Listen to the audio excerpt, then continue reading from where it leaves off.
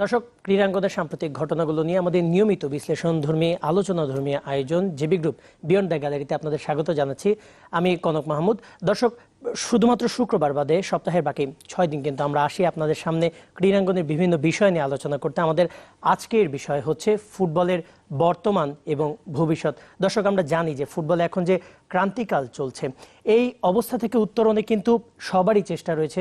তবে সবচেয়ে বেশি চেষ্টা যাদের প্রয়োজন ফুটবল ফেডারেশন, তারাও কিন্তু এই ব্যাপারে পরিকল্পনা করছে এবং খুব শীঘ্রই তারা কিন্তু পরিকল্পনা দিবেন দেশবাসীর সামনে। এবং সেই পরিকল্পনাটা কেমন হতে পারে কিংবা কেমন হওয়া উচিত, এই ব্যাপারে আজকে আমরা আলোচনা করব। আজকে আমাদের সাথে স্টুডিওতে আছেন বাংলাদেশের জনপ্রিয় ফুটবল কোচ মারুফুল হক, তিনি উয়েফা এ লাইসেন্সধারী কোচ, এবং তার পাশে আছেন সাংবাদিক রায়হান মাহমুদ, তিনি বাংলা ট্রিবিউনের ক্রীড়া সম্পাদক পদে আছেন। এই দুইজনের সাথে দর্শক আমরা আলোচনা করব বাংলাদেশের ফুটবলের বর্তমান এবং ভবিষ্যৎ। আপনাদের যদি কোনো মতামত থেকে থাকে, প্রশ্ন থেকে থাকে, অবশ্যই জানাবেন। স্ক্রিনে দেখানো রয়েছে আমাদের নাম্বার। তো আমরা আলোচনায় চলে যাচ্ছি। শুরুতে আপনাদের দুজনকেই স্বাগত আমাদের স্টুডিওতে। এবং শুরুতে একটু মারুফ ভাইয়ের কাছে যেতে যাচ্ছিলাম। অনেক আলোচনাই তো হচ্ছে এই ফুটবলে বর্তমান যে অবস্থা কিংবা যেটা হয়েছে আগে, সেটা নিয়ে আসলে আলোচনার খুব বেশি কিছু নেই, আবার আছেও, কারণ ভুল থেকে মানুষ শিক্ষা নেয়। এখন যে অবস্থাটা রয়েছে বর্তমানে, আপনি কি মনে করেন যে বাংলাদেশের ফুটবলে এর থেকে আরো কঠিন অবস্থা এসেছে, কিংবা এটি আসলে সবচেয়ে কঠিনতম পরীক্ষার মুখে দাঁড়িয়ে বাংলাদেশের ফুটবল? ধন্যবাদ।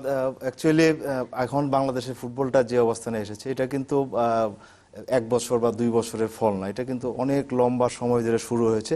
আমরা এখন শেষ মুহূর্তে এটা রেজাল্টটা দেখতে পেলাম। যদি গ্রাফিক্সটা দেখতে চাই, জি অবশ্যই মারুফুল হক আমাদের জন্য একটি গ্রাফিক্যাল প্রেজেন্টেশন দিবেন, যেখানে কিনা আসলে বাংলাদেশের ফুটবলাররা কিভাবে বেড়ে উঠছে কিংবা তাদের কিভাবে বেড়ে ওঠা উচিত, এগুলো একটু দেখাবেন। একটু আমরা দেখাতে চাই, প্লিজ মারুফুল হক। এখানে আমরা যদি দেখি যে বেজ লেভেল যেখানে থাকার কথা ছিল 6 বছর থেকে 9 বছর বা 12 বছর বাচ্চাদের একটা বেজ লেভেল থাকার কথা ছিল, সেখানে কিন্তু আমাদের বেজ লেভেলের কোনো কাজ আমাদের বাংলাদেশে কখনো হয়নি, এখনো হচ্ছে না। তারপর এএফসি ফেস্টিভ্যালের জন্য একটা 13-14 বছরের টিম করা হয়, সেটা ট্রেনিং হয়, খেলা হয়, তারপর কিন্তু ওদেরকে পাওয়া যায় না। সেখান থেকে বেজ লেভেল ছাড়াই কিন্তু প্লেয়াররা ওই ফেস্টিভ্যালের জন্য চলে আসছে 13-14। দেখেন আপনি ছবিতে দেখি যে অনেক কষ্ট করে তাকে 13-14 বছর লেভেলে আসতে হচ্ছে। সেখান থেকে সে 15-16 মেনটেন করে সে গ্রোথ লেভেলে আসলো। কিন্তু গ্রোথ লেভেলে এখানে সমস্যা হলো যে আমাদের যে কোচিংটা যেটা হওয়ার প্রয়োজন ছিল, সেটা কিন্তু হচ্ছে না। প্রয়োজনের যেটা মডার্ন প্রপার কোচিং সেটা কিন্তু হচ্ছে না।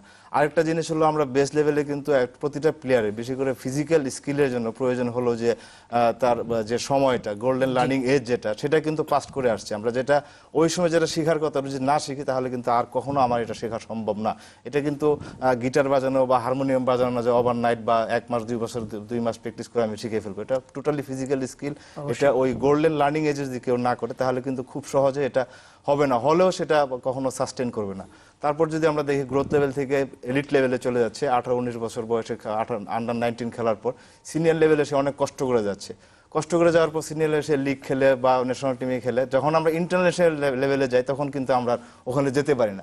আলটিমেটলি কি হয়, আমরা কিন্তু আবার ফল ডাউন, একবারে জিরোতে চলে আসছি। তার মানে কি আমরা এখানে যে এজ লেভেলগুলো দেখা যাচ্ছে যে আমরা হয়তোবা পরিপূর্ণভাবে শিক্ষার আগেই আমরা পরের লেভেলে পা দিচ্ছি আমাদের ফুটবলাররা, পরের লেভেলে, যার কারণে 18-19 থেকে আমরা খুব তাড়াতাড়ি সিনিয়র লেভেলে চলে যাচ্ছি আর কি। এবং সেখান থেকে কিন্তু আমরা কখনো রেডি না আমরা ইন্টারন্যাশনাল লেভেলে কম্পিট করাতে। যেটা কিন্তু আগে কি হতো, আগে হতো সব দেশেরই একটা ন্যাচারাল ট্যালেন্ট থাকতো, সবাই ন্যাচারাল ট্যালেন্টে ইন্টারন্যাশনাল খেলা হতো। সেখানে আমাদের ন্যাচারাল ট্যালেন্ট বেশি ছিল, আমরা সেখানে ভালো করতাম প্রায়। কিন্তু অন্যান্য দেশ যেটা মারুফুল ভাই, মানে আমি একটু জানতে চাই, একটু ইন্টারাপ্ট করি, যে আসলে ফিউচারে বাংলাদেশের এখন আমাদের ফুটবলের আসলে কি ধরনের কর্মপরিকল্পনা ফলো করা উচিত, 1 নম্বর। 2 নম্বর হচ্ছে যে আসলে অন্যান্য দেশে তারা কোন পদ্ধতিটা ফলো করছে, একটু যদি। এটা এখন খুবই সহজ, এটা সবাই জানে যে এখন যারা ফুটবলে ডোমিনেট করছে বা ফুটবল কালচার যাদের ভালো, ওরা কিন্তু পুরোটাই এভাবে এগিয়ে আসছে যে বেস লেভেল 6 to 10-12 পর্যন্ত যে বেস লেভেল, এখানে তাদের প্রপার কোচিং হচ্ছে এবং তাদের যে 10 to 12 যে গোল্ডেন লার্নিং যেটা রয়েছে সেখানে কিন্তু তারা ফুটবলের মানে যাবতীয় যে টেকনিক এবং স্কিল টোটালটাই টেকনিক সবকিছু কিন্তু তারা ওখানে শিখে আসছে। তারপর গ্রোথ লেভেলে এসে ওগুলা শুধু সাইন করছে, সিনিয়র লেভেলে যাওয়ার পর কিন্তু খুব সহজে ইন্টারন্যাশনাল লেভেলে কম্পিট করতে পারছে।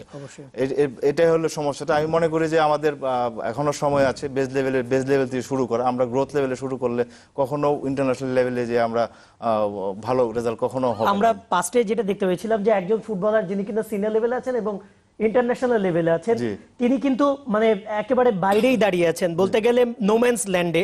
আর আমরা যদি ফিউচারে যেতে চাই তাহলে দেখবো যে মানে খুব সহজে প্যারালালি উনি সিনিয়র এবং ইন্টারন্যাশনালটা খেলছেন আর কি। খুব সহজে সে চলে যেতে পারছে আর কি। আচ্ছা, ধন্যবাদ আপনাকে। একটু রায়হান ভাইয়ের কাছে জানতে চাইছিলাম যে এই যে এই গ্রাফিক্সটা দেখানো হলো এটার মূল প্রতিপাদ্যটা কি? মূল প্রতিপাদ্য হচ্ছে একটা পাইপলাইন। অবশ্যই এই যে 6 to 9 ইন্টারন্যাশনাল লেভেল, এই যে এখানে একটা ধারাবাহিকতা থাকতে হবে। অবশ্যই 6 to 9 আমি বেস লেভেলে কাজ করলাম, কিন্তু সে যদি 13-14 বা 57 গ্রোথ লেভেলে গিয়ে ফুটবল ছেড়ে দিল তা না। এইটি হচ্ছে এই যে মারুফ ভাই যে গ্রাফিক্সটা দেখিয়েছেন, এটাই হচ্ছে এদের ধারাবাহিকতা। অবশ্যই। সেই ধারাবাহিকতা আমাদের ফুটবলে নেই, এটাই হলো মূল সমস্যা। কারণ তাকে আপনি ফুটবলার হিসেবে গড়ে তুলতে চাচ্ছেন, বেস লেভেলে শিখালেন, গ্রোথ লেভেলে গিয়ে সে তার নিজের শারীরিক যোগ্যতা, চিন্তাশীলতা, ফুটবল তো শুধু অনেক কিছুর ব্যাপার, তার মেধা, তার যে প্রতিভা সেগুলিকে সে লালন পালন করলো। লালন পালন করার পর সে একটা স্বকীয়তা, নিজের স্বকীয়তাভাবে ফুটবল 18-21 বছর বয়সে পরিপূর্ণ ফুটবলার হয়ে গেল। তারপর তো তার নিজের যোগ্যতা প্রমাণ, দেশের যে ভাবমূর্তি এবং দেশের ভার বহন করার ক্ষমতা, এই জিনিসগুলি আসে। কিন্তু তাকে তো ফুটবলের সাথে ধারাবাহিকতা, এই মূল সমস্যা হচ্ছে যে আমাদের অতীতেও বেশ কিছু প্রতিভাবান খেলোয়াড় ছিল যাদেরকে আমরা বলেছি যে এই ছেলেটা খুব ভালো খেলে, কিন্তু দেখা যাচ্ছে যে তার পরিবর্তে নেই। কিছুদিন আগে আমি একটা পত্রিকায় দেখলাম যে অনূর্ধ্ব 16 যে গোলরক্ষক, যিনি আমাদেরকে পেনাল্টি তিনি ফুটবল ছেড়ে দিয়েছেন, তা সে কিন্তু জাতীয় অনূর্ধ্ব 16 দলের গোলরক্ষক। অবশ্যই কেন? ফুটবলে তার কোনো ফিউচার দেখছেন না তার পরিবার। এইটাই তো এই যে জিনিসটা দুঃখজনক যে বাংলাদেশ ফুটবলে যদি সাম্প্রতিক কালে আপনি দেখেন, ফুটবলে কিন্তু অর্থের অভাব সেরকম নেই, কিন্তু অর্থের অভাব নেই। একটা ফুটবলার যদি ন্যূনতম বাংলাদেশ প্রিমিয়ার লিগে খেলতে পারে, বাংলাদেশ প্রিমিয়ার লিগের একজন অভিজ্ঞ কোচ বসে আছেন, তিনি আমার থেকে অনেক ভালো বলতে পারবেন যে অর্থের কিন্তু যথেষ্ট ছড়াছড়ি এবং অতি মূল্যায়ন, ওভার ইভ্যালুয়েশনটা হয়। একজন যে প্লেয়ার যার যত পাওয়ার কথা না তার থেকে তার বেশি পাচ্ছে। দুঃখজনক হলো সত্য, কিন্তু এটার যে পজিটিভ এফেক্টটা পাওয়ার কথা ছিল যে এটা তো তাহলে তো সাধনা। আমি যখন আমার যা প্রাপ্য, তার প্রাপ্তি যদি তার থেকে বেশি হয়, খুশি হয়ে আমি আরো মোর দেন 100% হব। কিন্তু বাংলাদেশের ফুটবলে তা হয়নি। তার কারণ হচ্ছে এই যে ধারাবাহিকতা, যে জিনিসটা মারুফ ভাই একটু আগে বলছিলেন, তার তো সেই যোগ্যতা নেই। আন্তর্জাতিক পর্যায়ে যখন তিনি আসল পরীক্ষার সম্মুখীন হচ্ছেন, তিনি সেখানে পিছিয়ে যাচ্ছেন। এবং এই জিনিসগুলি এখন বাংলাদেশের ফুটবলে, যেটা আমরা কিছুদিন আগে যে সেমিনার করেছিলাম বাংলাদেশ স্পোর্টস জার্নালিস্ট, সেখানে বলা হচ্ছে যে দুটি জিনিস। একটি ভুটানের ধাক্কাটা আসলে আমাদের জন্য যে ক্রান্তিকাল, আমাদের যে এখন উত্তরণ করতে হবে, ট্রানজিশন পিরিয়ডটা যেতে হবে, সেই জিনিসটা কিন্তু আমাদেরকে চোখে আঙ্গুল দিয়ে দেখিয়ে দিয়েছে। বসে থাকার কোনো অবকাশ নেই। কি হয়েছে বাংলাদেশের ফুটবল? আমার কাছে মনে হচ্ছে মারুফ ভাই ছিলেন বুয়েটের মাঠে, এস রোমার যে বসে, তারা এসে বলতো যে তোমাদের ফুটবলের এই বাচ্চাদের বেসিক শেখাতে হয় না। পৃথিবীর অনেক দেশে বাচ্চাদেরকে ফুটবলটা কিভাবে, মানে ফুটবল পা দিয়ে মারা আর ফুটবল খেলা তো এক জিনিস না। আমাদের ফুটবলের সেই ঐতিহ্য, সেই বেসিক তো আমাদের আছে। শুধু কাজ করা, সমন্বিত উন্নয়ন পরিকল্পনা এবং সমন্বিত বাস্তবায়ন, যে স্টেক হোল্ডার সবাইকে নিয়ে কাজ করলে বাংলাদেশের ফুটবল যে আগের অবস্থান কেন আরো উপরে যাবে, সেই বিশ্বাস, সেটি কেউ বলবে না যে বাংলাদেশ ফুটবল পিছিয়ে থাকবে। কিন্তু কাজ করা হচ্ছে না বলেই বারবার সেই প্রশ্নগুলি আসে যে আমরা কোথায় যাচ্ছি। কিন্তু একটু মারুফ ভাইয়ের কাছে জানতে চাচ্ছিলাম, কিন্তু একটা জিনিস যে কদিন আগে যখন কেরালা সাফে আপনি জাতীয় দলের দায়িত্বে ছিলেন এবং ভুটান ম্যাচের আগে আপনি বলেছিলেন যে আমরা সেই ম্যাচে ভুটানের বিরুদ্ধে জিতেছিলাম, তারপর আপনি বলেছিলেন তারা টেকনিক্যালি আমাদের থেকে বেটার অবস্থায় আছে এবং তাদেরকে হারানোটা কঠিন হবে। আমরা কিন্তু তখন আত্মবিশ্বাসে একেবারে ভেসে যাইনি, কিন্তু আমরা তখন চাপে ছিলাম অবশ্যই। তো এইটি বলেছিলেন এবং আপনি তার সাথেও বলেছিলেন যে ফুটবলারদের কিছু মেন্টালি কিছু অনেক কিছু বাকি রয়েছে এখনো তাদের ওই অ্যাডপ্ট করাটা। এখন আমরা মানে এই এতদিন পরে আমরা সেটা দেখতে পাচ্ছি, প্রায় 1 বছর পরে আজকে আমরা সেটা দেখতে পাচ্ছি। এইটি আসলে কাদের দায়? এটা কি ফুটবলারদের দায় নাকি এটি ফেডারেশনের দায় যে তাদেরকে সঠিকভাবে আমরা সেই গাইডলাইনটা দিতে পারিনি? এখানে আমি আরেকটু বলি, যখন 2014-এ আমরা শেখ জামালের পক্ষে কিংস খেলতে গেলাম, তখন কিন্তু আমি ওদের টেকনিক্যাল ডাইরেক্টর আমার এনিহাও ফ্রেন্ড, তো ওর সঙ্গে আমি ওদের কাজগুলো দেখেছি। ওদের কাজগুলো দেখে আমার কাছে মনে হয়েছে ওদের যেভাবে গ্রাসরুট লেভেলে কাজ করে আসছে গত 7-8 বছর, তখন কিন্তু আমি অনেক মিডিয়াতে বলেছিলাম যে আগামী 3 বছরের ভিতরে আমরা আর ভুটানের সঙ্গে পারবো না। তো এটাকে 3 বছর যেতে হয়নি, 2 বছরের মাথায় কিন্তু আমরা ভুটানের সঙ্গে পারিনি। আর আরেকটা যেটা বলছিলেন হলো তাদের গাইডলাইন প্লেয়ারদের, এটা আমি ফেডারেশনের দায়িত্ব দিব না, প্লেয়ারদের, এটা টোটাল হলো আমাদের সিস্টেম লস। সিস্টেমে আমরা এরকম হয়ে গেছি। আপনি দেখেন যখন 19 শতকের শেষের দিকে পুরো ওয়ার্ল্ড কিন্তু ওখানে তাদের ট্যালেন্ট নিয়ে কিন্তু বসেছিল না, তাদের ট্যালেন্ট ভার্সেস ট্রেনিং একটা তাদের স্লোগান ছিল, সেটাতে ওরা চলে গিয়ে ট্যালেন্টদের যথাযথ ট্রেনিং, না হলে মেসি কিন্তু তার যদি ট্যালেন্টের উপর সবাই যদি ডিপেন্ড করতো তাহলে তার একাডেমিতে যাওয়ার প্রয়োজন ছিল না, আমরা মেসিকে এখন এভাবেই পেতাম। কিন্তু ওয়ার্ল্ড লেভেলে যারা ওয়ার্ল্ড স্টার সবাই কিন্তু সেই বেস লেভেল থেকে শুরু করেছে। তো সুতরাং আমাদের এখন প্লেয়ারদের যে অবস্থানে আছে এবং তাদের যে ক্যাপাবিলিটি আছে, এটা প্লেয়ারদের দায়ী না, তারা ওই লেভেল থেকে শিখে আসতে পারেনি। এবং একটা কথা কিন্তু সবাই বলে আসছে, ন্যাশনাল টিম কোচ যারা ছিলেন সবাই বলে আসছে যে প্লেয়াররা ইনফরমেশন মাথায় নিয়ে খেলতে পারে না। এটা আসলে অভ্যাসের বিষয়, ইনফরমেশন মাথায় নিয়ে মাঠে খেলা এবং গেম প্ল্যান স্ট্র্যাটেজি অনুযায়ী মাঠে গেমে ইমপ্লিমেন্ট করা, এটা কিন্তু টোটালি অভ্যাসের বিষয়। একদিন একটা জিনিস আমি বলে দিলাম, সেটা পরের দিন সে করে ফেলবে, এটা আশা করাও কিন্তু কঠিন আমি মনে করি। তো সুতরাং আমি বলবো যে টোটাল সিস্টেমটাই আমাদের এরকম হয়ে আসছে। যখন আমাদের ফুটবলের স্বর্ণযুগ ছিল তখন থেকে যদি আমরা চিন্তা করতাম যে আমাদেরকে এটা ধরে রাখতে হবে এবং কিভাবে ফিউচারে আমরা এটা নিয়ে আমরা আরো ভালোভাবে এগোতে পারবো, তখনই যদি পরিকল্পনা ঠিক করা হতো তাহলে আজকে এই অবস্থা হতো না। অবশ্যই আমি আরেকটা জিনিস এখানে অ্যাড করবো, তাহলে সময় কিন্তু শেষ হয়ে যায়নি, এখনো সময় আছে। আমরা যদি এখন এটা শুরু করতে পারি, হয়তো 4 বছর রেজাল্ট পাবো না, কিন্তু 8-9 বছর পর আমরা এই রেজাল্ট অবশ্যই পাবো।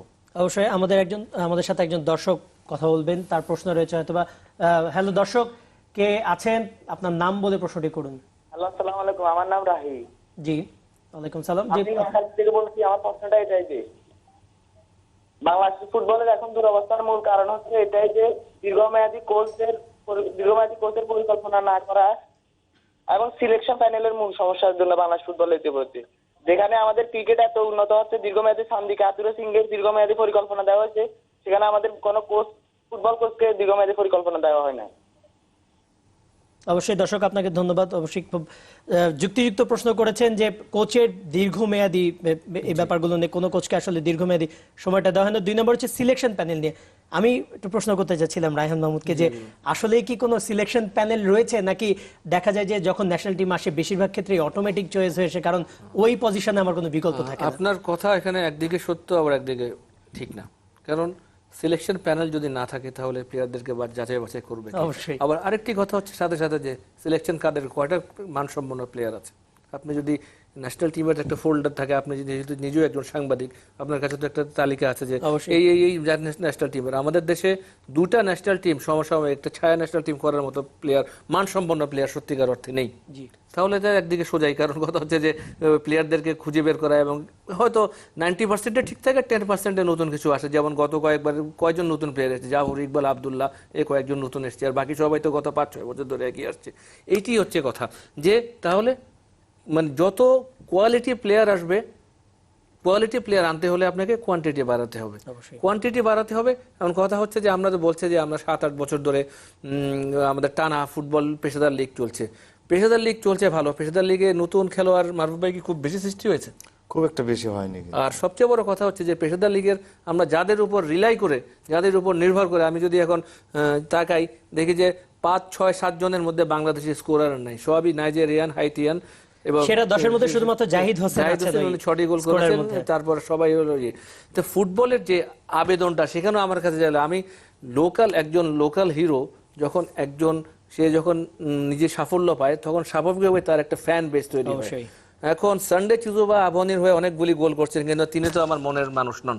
অবশ্যই আমরা একজন বাংলাদেশীই চাই। এখানে যদি সানডে চিজোবা না হইতে কেউ একটা বাংলাদেশি স্কোরার হতেন, স্বাভাবিকভাবে প্রচার মাধ্যম তার কিছু ফ্যান বেস তৈরি হতো না যে উনি ভালো করছেন, উনি 14টা গোল করে ফেলেছেন, তার মানে উনি কিছু আছে। অবশ্যই আমরা এই মাঠে বাংলাদেশিদেরই সাফল্য দেখতে চাই। আমরা একটি বিরতি থেকে ফিরে আমরা আরো কথা বলবো। দর্শক, জেবি গ্রুপ বিয়ন্ড দ্য গ্যালারিতে একটা বিরতি নিচ্ছে, কথা বলছিলাম ফুটবলের বর্তমান ও ভবিষ্যৎ নিয়ে। আমরা ফিরছি একটা বিরতি নিয়ে, আমাদের সাথেই থাকুন।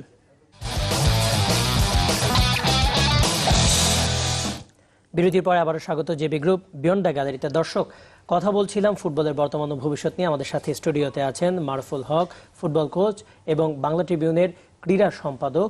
রায়হান মাহমুদ, আমরা কথা বলছিলাম এই পরিকল্পনাটা নিয়ে। আমি একটু বলে রাখি মারুফুল ভাই, আপনাকে একটু মনে করিয়ে দিই, 10 বছর আগে যখন বাংলাদেশে কোনো টেকনিক্যাল ডিরেক্টর ছিল না, অথচ বাংলাদেশ কিন্তু তখন একটা অর্থ পেত এই টেকনিক্যাল ডিরেক্টরের ক্ষেত্রে। যখন টেকনিক্যাল ডিরেক্টরের সাথে ফিফা এএফসি কথা বলতে চাইলো, তখন তার সাথে মিটিং করতে চাইলো, তখন কিন্তু আসলে ফুটবল ফেডারেশন থেকে একজন ব্যক্তিকে পাঠানো হয়েছিল, যদিও তিনি তখন টেকনিক্যাল ডিরেক্টর ছিলেন না, কিন্তু তাকে টেকনিক্যাল ডিরেক্টর হিসেবে পাঠানো হয়েছিল।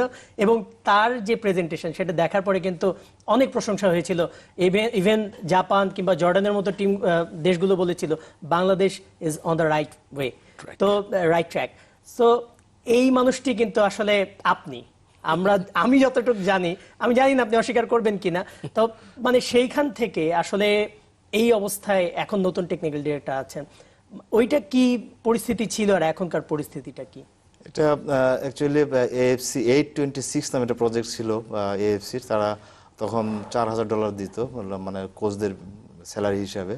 তখন ওদের 2 বছর দেওয়ার পর ওরা বললো যে তোমরা কি কাজ করছো, তোমাদের training program, total youth development grassroot প্রোগ্রামটা তোমরা নিয়ে একটা প্রেজেন্টেশন নিয়ে তোমাদের টেকনিক্যাল ডাইরেক্টরকে আমাদের এখানে পাঠাও, আমরা প্রেজেন্টেশনটা দেখবো। যদি প্রেজেন্টেশন আমাদের ভালো লাগে, প্রোগ্রাম ভালো লাগে, তো সেই ক্ষেত্রে আমরা টাকাটা ইনক্রিজ করে 6,000-এ নিয়ে যাব। তখন তৎকালীন জেনারেল সেক্রেটারি হেলাল ভাই আমাকে ডেকে বললো যে এটা করা যাবে কিনা। আমি বললাম হ্যাঁ করা যাবে। আমি 1 মাস খেটে খুঁটে অনেক ডাটা নিয়ে একটা প্রেজেন্টেশন রেডি করলাম, এবং সেখানে প্রেজেন্টেশনে ওই মিটিং থেকে এটা 827 হলো, আর এক পর্যন্ত 26 ছিল, মানে 27টা দেশকে এএফসি এরকম মানে কোচদের স্যালারি হিসেবে টাকা দিয়ে থাকে। তো আমি যাওয়ার পর সবাই প্রেজেন্টেশন সাবমিট করলো, সাবমিট করার পর আমারটাও সাবমিট করলাম, সেখান থেকে ওরা 5টা চয়েস করলো প্রেজেন্টেশন। তো 3 নম্বরে আমার প্রেজেন্টেশনটা ছিল। আমার প্রেজেন্টেশনের পর ওখানে Japan, Korea, Lebanon, Jordan, Myanmar, Philippine, ওরা সবাই তখন দাতো পলমনে ছিল সম্ভবত জেনারেল সেটা, ওকে রিকোয়েস্ট করলো যে আমরা বাংলাদেশের প্রেজেন্টেশনটা মানে প্রোগ্রামটা আমরা চাই। তখন আমাকে জেনারেল সেক্রেটারি রিকোয়েস্ট করলো আমি কি এটা পাবলিশ করে সবাইকে দিতে পারি, তোমার যদি অসুবিধা না থাকে আমি দিতে পারি। আমি বললাম ঠিক আছে দিতে পারো, অসুবিধা নাই, এটা তো সবার জন্যই। তখন সঙ্গে সঙ্গে ওই দিন হাফ অ্যান আওয়ারের ভিতরে কিন্তু প্রিন্ট আউট বের করে সবাইকে একটা কপি দিয়ে দিল। তারপর অনেক টেকনিক্যাল ডাইরেক্টর আমার সঙ্গে যোগাযোগ করেছে, মেল করেছে যে হ্যাঁ তোমার এটা খুব ভালো, তোমরা তো অনেক এগিয়ে যাচ্ছ, তোমাদের ফুটবল তো অনেক ভালো, আগামী 7-8 বছরের ভিতরে আমরা অনেক মানে ভালো ফিউচার দেখছি বাংলাদেশে, তোমরা যেহেতু 2 বছর আগে শুরু করছো, আমরা এখন শুরু করবো। এটাই হলো প্রেক্ষাপটটা। আসলে ওইটা যদি ফলো করা হতো তাহলে আমি, যেহেতু আমার নিজের এটা, আমি এই বলবো না ব্যাপারে কি যে আপনি ফেডারেশনের সভাপতি কিংবা কার সাথে কি শেয়ার করেছিলেন, ফেডারেশন কর্তাদের সাথে, যে আমি এরকম প্রেজেন্টেশন দিয়েছি, দেখেন আপনাদের জন্য ইউজফুল হয় কিনা? না, আমি প্রেজেন্টেশনের সফট কপি এবং হার্ড কপি দুইটাই কিন্তু তৎকালীন জেনারেল সেক্রেটারির হাতে আমি কিন্তু আমার রিপোর্ট আকারে সাবমিট করেছিলাম, আমার ওখানে কি হয়েছে এবং কি করলাম সবকিছু সাবমিট করেছিলাম। তারপর এইভাবে একবারে আমি নিজের থেকে যাই বলিনি যে আমার এটা করেন বা এরকম কোনো কিছু আমি উদ্যোগ নেইনি। এই হলো এটার প্রেক্ষাপট। আর রায়হান ভাই একজন টেকনিক্যাল ডিরেক্টর না হয়েও সেই দায়িত্ব পালন করতে হয়েছে। এখন আমাদের বিদেশ থেকে উচ্চ বেতনে আমরা টেকনিক্যাল ডিরেক্টর নিয়ে এসেছি, এবং তিনি কিন্তু সেই একই ডিউটি পালন করছেন, বাংলাদেশকে এখন সেই ডেভেলপমেন্টের পথ দেখানো, এবং সাথে আরো অন্যান্য কিছু হয়তো বা আরো কারণ আছে। তো এইটি কেন হচ্ছে ফুটবল ফেডারেশনে? তবে কি সবকিছু একটা মানে মনে হচ্ছে যে জোড়াতালি দেওয়া কিংবা লোক দেখানো এরকম কিছু? ওভারঅল বাংলাদেশের একটা সিস্টেম, যে পদ্ধতি বলতে কি বোঝায়, সবকিছু সমন্বিত, সুচারু, সুন্দর রূপে, সেই জিনিসটা আসলে ফুটবলে হয় না। তা মারুফ ভাইয়ের যেই প্রেজেন্টেশনটা, মারুফ ভাইয়ের যে প্রোগ্রামটা ছিল, সেই প্রোগ্রামটা যদি 10 বছর আগে বাংলাদেশ যদি ফলো করতো বা বাস্তবায়ন করার চেষ্টা করতো, তাহলে চিত্রটা আজকে জানি না। আজকে যেহেতু আমরা একটা উত্তরণের পর যে ট্রানজিশন পিরিয়ডে চলে এসেছি, পড়তাম কিনা সেটা উনি বলতে পারবেন, বা এই জিনিসটা নিয়ে আসলে ফুটবল ফেডারেশন, ফুটবল সংশ্লিষ্ট অঞ্চলের খুব বেশি আলোচনা হয়নি। কিন্তু এটি একটি জিনিস প্রমাণ করে যে আমরা যে গত 10 বছরে মানে আমাদের যে অবনমন হচ্ছে, ডিগ্রেডেশন হচ্ছে, সেই ডিগ্রেডেশন হচ্ছে যে জিনিসটা, সেটা কিন্তু আমরা তখন থেকে আমরা বুঝতে পারছিলাম বাংলাদেশের ফুটবল সংশ্লিষ্ট যারা, কিন্তু কাজ করা হয়নি কেন। আমি হয়তো টেকনিক্যাল ইয়েতে যাব না, আসপেক্টে যাব না, কিন্তু 2003 সালে প্রথম যখন আমরা ঢাকার মাঠে সাফ জিতলাম, সাফ জিতার পর 2005-এ কিন্তু আমরা আবার করাচিতে গিয়ে আবার আমরা সাফের ফাইনালে খেললাম, আবার সে ভারতের কাছে হারলাম। আচ্ছা, তা দেখা যাচ্ছে যে আমাদের ফুটবলে তখন 2005 সাল থেকে আপনি যদি এখন 2011 বছর পর 2016 দিকে তাকান, তারপর কিন্তু উল্লেখযোগ্য কোনো সাফল্য আর নেই। যেটি আমাদেরকে ধরা হয় মেইন, যেটি বাংলাদেশের ফুটবলের চিত্রটাই বদলে দিতে পারে একটি সাফ শিরোপা আবার, অবশ্যই। কিন্তু সেখানে আমরা পারিনি। তা আস্তে আস্তে আস্তে আস্তে আমাদের ন্যাশনাল টিমের দিকে তাকান, আমাদের ওখানে যে কোয়ালিটি যে প্লেয়ার ছিল সেই কোয়ালিটির রিপ্লেস হয়নি। আমাদের প্রথমে গোলকিপার যারা আমিনুল বিপ্লবের মধ্যে গোলকিপার ছিল, সেখানে আমরা আজকে নির্ভরযোগ্য Proper replacement এখনো পাইনি। সেখানে যেখানে আমাদের টাফ কিছু মিডফিল্ডার ছিল তা সেখানে আমরা পাইনি। ফরওয়ার্ড তো গত 10 বছর থেকে জাহিদ হাসান এমিলি, খেয়াল আছে করাচিতে খুব চমৎকার একটি গোল করেছিলেন ভারতের বিরুদ্ধে, এখানে আমি আগে বলেছি। তারপর এখনও যে জাহিদ হাসান এমিলি আছেন আমাদের 11 বছর ধরে। তা এই জিনিসগুলি আমরা যারা ফুটবল সংস্কৃতিটা আমরা সাংবাদিক বা আমরা সাথে থাকি আমাদের চোখে পড়ে, কিন্তু যারা ক্লাব চালান, যারা ফেডারেশন চালান, যারা খেলোয়াড়দেরকে করেন, যারা খেলোয়াড়দেরকে ভবিষ্যতের জন্য তৈরি করেন, তাদের চোখে পড়লো না। এখন আরেকটি জিনিস হচ্ছে যে কখনো সমন্বিত কম্প্রিহেন্সিভ ফুটবল ডেভেলপমেন্ট প্রোগ্রাম যেটাকে বলি, যে সমন্বিত ফুটবল উন্নয়ন কর্মসূচি বা প্রকল্প নেওয়া হয়নি। এখন দেখা যাচ্ছে ফুটবল ফেডারেশন যে জিনিসটা যিনি মারুফ ভাই যেটা আগে দেওয়ার কথা ছিল বা উনি যেটা দিয়েছিলেন সেটি আবার এতকাল পরে আসছে, এটি হয়তো একটি ইতিবাচক দিক, কিন্তু এটিও বাস্তবায়ন এবং এর প্রতি পদে পদে স্তরে স্তরে একে যাচাই বাছাই মূল্যায়ন, তারপর তো সাফল্য। এই জিনিসগুলো যদি করা না হয়, বাংলাদেশের ফুটবল এখন যেই বলবো না বাংলাদেশ ফুটবল সবাই তো স্বীকার করে বাংলাদেশ ফুটবল আছে, কিন্তু যেই অবস্থা সেই অবস্থা থেকে বাংলাদেশ ফুটবল আদৌ বেরোবে কিনা সেটা নিয়ে সন্দেহ রয়েই যাবে। জি, একজন দর্শক আছেন আমাদের সাথে, তার সাথে একটু কথা বলবো। হ্যালো দর্শক, কে আছেন আমাদের সাথে? আপনার নাম বলে প্রশ্নটি করুন। আমি আমিনুল ইসলাম বলতেছিলাম পাবনা থেকে। জি প্লিজ। আমি কথা বলতে চাচ্ছিলাম মারুফ ভাইয়ের সাথে। জি ভাই, বলুন। আসসালামু আলাইকুম। আসসালামু আলাইকুম। ভাইয়া, আসলে আপনি কিছুদিন আগে আমাদের সম্ভবত এই যে গতকালকে সম্ভবত যে সালাউদ্দিন ভাই কে নিয়ে আপনারা যে হচ্ছে ফুটবল উন্নয়নের বিষয়ে যে ইটা করছেন, আমি ওইখানে আপনার কথা শুনছি। বাট আপনার সাথে আমি একমত যে বাংলাদেশের যে ফুটবলারগুলি আছে তাদের 90 মিনিট খেলার মতো কোনো শারীরিক অ্যাবিলিটি বা হচ্ছে ফিটনেস বলেন কিছুই নেই। আর সবচেয়ে বড় কথা হচ্ছে এদের মনমানসিকতাই দুর্বল। এরা কখনোই বাংলাদেশের জন্য খেলে না, এরা মূলত খেলে হচ্ছে নিজের জন্য। ঠিক আছে, বাংলাদেশের ফুটবলকে উন্নয়ন করতে গেলে আমাদের বাংলাদেশের, বিশেষ করে বাংলাদেশের ফুটবল ফেডারেশন তার যে কার্যকলাপগুলি বর্তমানে আমরা পাবনাতে দেখছি, আমাদের পাবনাতে জুনিয়র লেভেলে যেসব খেলাগুলো হয় এইসব খেলাগুলোতেও তারা ঠিক মতো আছে তদারকি করে না। আমার কিন্তু নিজের মারুফুল ভাই, আমার নিজের পার্সোনালি একটা ক্লাব আছে, আমরা হচ্ছে পাবনাতে বি ডিভিশন পর্যন্ত আমরা খেলাই। ঠিক আছে, এখানে দেখা গেছে যে যে লেফটিং গুলা করায় বা ওই দর্শক, আপনার প্রশ্নটি একটু সংক্ষিপ্ত করুন প্লিজ, মানে আপনি কি প্রশ্নটা করতে চান একটু করুন প্লিজ। পাবনাতে যে স্টেডিয়াম ভিত্তিক কমিটি গুলো আছে তারাই দেখা গেছে কি তাদের মনোনীত টিম গুলাকেই ওই লেফটিং দ্বারা তাদের মনোনীত টিম গুলাকে তারা হচ্ছে একটা অবস্থানে নিয়ে যাচ্ছে। দেখা গেছে এর মধ্যে থেকে আমার একটা ছেলে, সে দেখা গেছে 6টা ম্যাচ খেলে 19টা গোল করছে, অত সে ডিস্ট্রিক্ট লেভেলে খেলতে পারতেছে না, কেননা আমার টিম হচ্ছে, আমি অপরিচিত বা আমার টিম হচ্ছে দুর্বল, সেজন্য। দর্শকের প্রশ্ন আমরা বুঝতে পেরেছি যে ওনার কিছু ক্ষোভ রয়েছে, আসলে এটা হওয়ারই কথা। আপনি কি না, এই ব্যাপারে একটু কমেন্ট দর্শক করবেন? আপনাকে ধন্যবাদ। আপনার যে প্রথম অংশটা, আপনার মানে কথা মানে কমেন্টের যে প্রথম অংশটা, সেটা আপনি বলেছেন যে আমাদের প্লেয়ারদের 90 মিনিট খেলতে পারে না, এটা মেনে নেওয়া যায়, কিন্তু পরবর্তী অংশ যেটা আমাদের প্লেয়াররা দেশের জন্য খেলে আমরা না, আশা করি যে এটা আমি মানতে পারি না। কারণ কি জন্য, আমি নিজে দেখেছি দেশের জন্য প্লেয়াররা খেলে না, সেটা আমি কখনো দেখিনি। আসলে আমাদের এবিলিটি নাই, এটা তো দেশের জন্য, এটা তো আমাদের যুদ্ধ না যে 1-to-1 শুট করলাম, মরলাম অথবা মারলাম, এরকম কিছু না। সেখানে টেকনিক রয়েছে, স্কিল রয়েছে, তার মেধা রয়েছে, সবকিছু প্রয়োগ করে ফুটবলটা খেলতে হবে। সেখানে আমি কখনো বলতে পারবো না যে দেশের জন্য খেলে না। তাদের এবিলিটি যেটা আছে পুরাটাই ওরা চেষ্টা করে এবিলিটি দিয়ে খেলার জন্য, কিন্তু তাদের সীমাবদ্ধতার জন্য সেটা হয়ে ওঠে না প্রায়ই। মারুফ ভাই, আমার আরেকটা প্রশ্ন রয়েছে যে এখন যে পরিকল্পনাটা চলছে, এইখানেও ফেডারেশন কিন্তু আসলে ওয়ান ভিশন ওয়ান মিশন 2020 এই একটা শীর্ষক কিন্তু একটা প্রেজেন্টেশন করা হয়েছিল সর্বশেষ যে সেমিনারে। এইটার আসলে মূল প্রতিপাদ্য কি এবং আসলে 2020-এ ফুটবল ফেডারেশন কোথায় যেতে চাচ্ছে, আপনি কি কিছু বলতে পারবেন কিনা?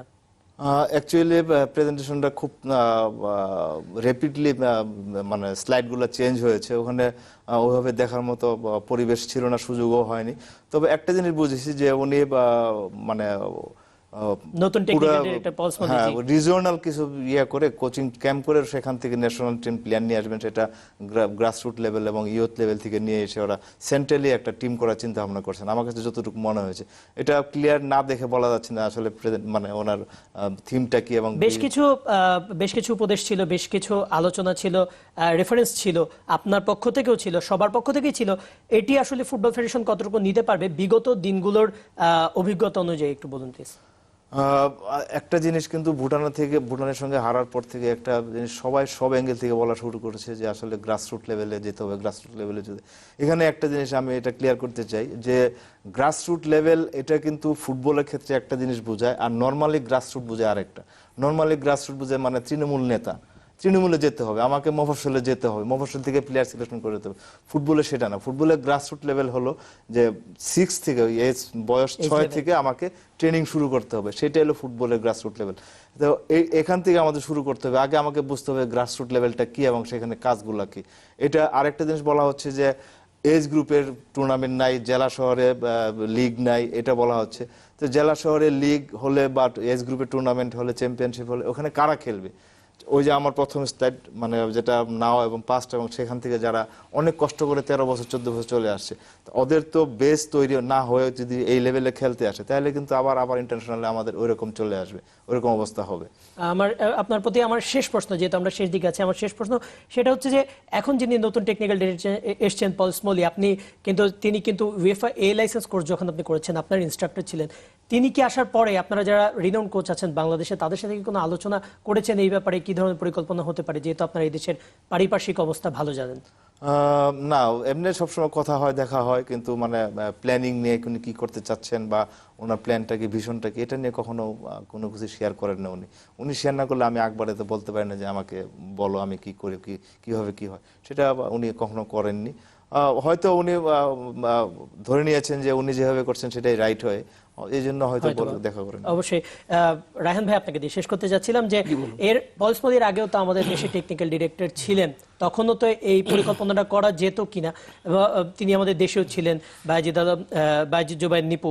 এবং আমার আরেকটি প্রশ্ন, শেষ প্রশ্ন, সেটি হচ্ছে যে এখন যিনি টেকনিক্যাল ডিরেক্টর আছেন তিনি সবকিছু পরিকল্পনা সাজাচ্ছেন, আপনার কি মনে হচ্ছে না যে তার উপর একটু বেশি প্রেসার পড়ে যাচ্ছে, সবকিছু নিয়েই আসলে তার দিকেই একটু বেশি ঝুঁকছে? আগেকার যিনি টেকনিক্যাল ডিরেক্টর ছিলেন তাকে আসলে ওভাবে দায়িত্বটা দেওয়া হয়নি। টেকনিক্যাল ডিরেক্টর তিনি বুঝেছেন যে যেসব টিম বা বাংলাদেশ ফুটবল ফেডারেশন হ্যান্ডেল করে সেসব দিক তিনি দেখেছেন, এবং বাংলাদেশ ন্যাশনাল ফুটবল টিমের যেসব কার্যক্রম সেখানে টেকনিক্যাল আসপেক্টগুলি যেগুলো ছিল সেগুলো উনি দেখেছেন। কিন্তু পল স্মোলিকে উড়িয়ে আনা হয়েছে যে কম্প্রিহেন্সিভ একটা সর্বাত্মক উন্নয়ন পরিকল্পনার জন্য, যেটি বাংলাদেশ স্বাধীনতার পর এখনো হয়নি। আমরা জানি না, আমাদের কাছে ওদিনও যে র্যাপিডলি মারুফ ভাই বললেন যে খুব দ্রুত দেখানো হয়েছে, আসলে এটা অনেক সময় সাপেক্ষ ব্যাপার বোঝার জন্য। কিন্তু যতটুকু আমি দেখেছিলাম যে জিনিসগুলি নিয়ে আমরা কথা বলছি, মারুফ ভাইয়ের মতো কোচ এবং অভিজ্ঞ ফুটবল সংগঠক এবং অন্যান্য যারা ফুটবল সমাজে যারা কথা বলছে, সেই উপাদানগুলিকে সেই সমন্বিত উন্নয়ন পরিকল্পনা রাখা হয়েছে। কিন্তু সবচেয়ে যেটি বড় হচ্ছে যে এটা বাস্তবায়ন করার জন্য অর্থের প্রয়োজন, সেটার জন্য সময়েরও প্রয়োজন। কথা হচ্ছে আমাদের মতো লিস্ট ডেভেলপমেন্ট কান্ট্রি, যেখানে আমরা উন্নয়নশীল দেশ বলি, সেখানে কিন্তু সরকারকে সবার আগে এই জিনিসটার সাথে সম্পৃক্ত করা প্রয়োজন। বাংলাদেশ ফুটবল ফেডারেশনের সেই সামর্থ্য নেই যে ফেডারেশন একাই এই সমন্বিত কার্যক্রম চালাবে। তাই আমার কাছে মনে হচ্ছে যে ফুটবল ফেডারেশনের উচিত এইটাই রিভিল করার আগে সরকারের সাথে, এবং সরকার তাকে এই প্রকল্পে এটি একটি প্রকল্প হিসেবে উপস্থাপন করে জীবন স্বীকৃত করে তারপর এটা মাঠে নামা। যেমন কথা হচ্ছে তারা যদি একটি বাৎসরিক বাজেট দিবে, সেই বাজেটের টাকা যদি সরকার দেয়, বাংলাদেশের ক্রীড়াঙ্গনে বাংলাদেশের যে ক্রীড়াবান্ধব প্রশাসন রয়েছে এবং ক্রীড়াবান্ধব প্রধানমন্ত্রী আছেন, তার কাছে যদি জিনিসটা নিয়ে যাওয়া যায় এবং সেই জিনিসটার এবং সার মধ্যে স্বচ্ছতা থাকে, যে আর্থিক স্বচ্ছতা থাকে, আমি তো মনে করি যে কোনো উন্নয়ন পরিকল্পনা বাস্তবায়ন করা সেক্ষেত্রে অবশ্যই ফুটবল ফেডারেশনের লক্ষ্যটা আরো সহজ হয়ে যাবে। আপনাদের দুইজনকে ধন্যবাদ আমাদেরকে সময় দেওয়ার জন্য। দর্শক, মাঠ কিংবা মাঠের বাইরে ফুটবল ওয়ান ম্যান গেম নয়, এবং যেটি কিনা ফুটবল ফেডারেশনকে মানতে হবে, কোনো একজন বিশেষ কোচ, একজন বিশেষ ব্যক্তি অবশ্যই ফুটবলের চেহারা পাল্টে দিতে পারবেন না। এক্ষেত্রে সবার সম্পৃক্ততা প্রয়োজন, সবার সাথে আলোচনা করা প্রয়োজন। আশা করি ফুটবল ফেডারেশন সেই পথই ধরবে, সেই দিকেই হাঁটবে, এই প্রত্যাশায় শেষ করছে আমাদের আজকের আয়োজন। ধন্যবাদ সাথে থাকার জন্য।